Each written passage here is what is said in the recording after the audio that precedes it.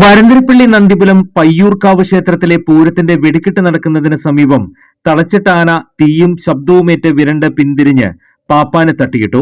വ്യാഴാഴ്ച വൈകിട്ട് 7-ന് കൂട്ടിയെഴുന്നള്ളിപ്പിന് ശേഷം ക്ഷേത്രപ്പറമ്പിനോട് ചേർന്നുള്ള പറമ്പിൽ തളച്ച കൊമ്പനാണ് വിരണ്ടത്. പൂരം എഴുന്നള്ളിപ്പിനെത്തിയ 7-ൽ 2 ആനകളെയാണ് സ്വകാര്യ വ്യക്തിയുടെ പറമ്പിൽ തളച്ചിരുന്നത്. ഇതിൽ ഒരാന വെടിക്കെട്ടിന്റെ അവസാനത്തെ കൂട്ടപ്പൊരിച്ചൽ നടക്കുന്ന സ്ഥലത്തിന്റെ 10 മീറ്റർ മാത്രം അകലെയായിരുന്നു നിർത്തിയിരുന്നത്. വെടിക്കെട്ടിന്റെ ശബ്ദവും ചൂടും അസഹനീയമായതോടെ പിന്തിരിയാൻ ശ്രമിച്ച ആന പിറകിൽ നിന്ന പാപ്പാനെ പിൻകാലുകൊണ്ട് തട്ടി വീഴ്ത്തുകയായിരുന്നു. വെടിക്കെട്ട് കാണാൻ നിരവധി നാട്ടുകാരെത്തിയ സമയത്താണ് ആന പിണങ്ങിത്തിരിഞ്ഞത്. വിരണ്ട കൊമ്പൻ ഓടാതിരുന്നതിനാൽ വലിയ അത്യാഹിതം ഒഴിവായി. ഈ സമയം എലിഫന്റ് സ്ക്വാഡ് സ്ഥലത്തുണ്ടായിരുന്നു.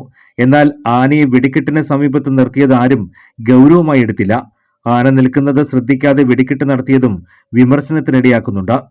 കഴിഞ്ഞ ദിവസം കൊയിലാണ്ടി മണക്കുളങ്ങര ക്ഷേത്രോത്സവത്തിനിടെ ആനയിടഞ്ഞ് 3 പേർ മരിച്ചിരുന്നു. തൊട്ടടുത്തുണ്ടായ ദുരന്തത്തിന്റെ സാഹചര്യത്തിൽ വെടിക്കെട്ടിന് സമീപം ആനയെ നിർത്തിയത് വലിയ വിമർശനത്തിനിടയാകുന്നുണ്ട്.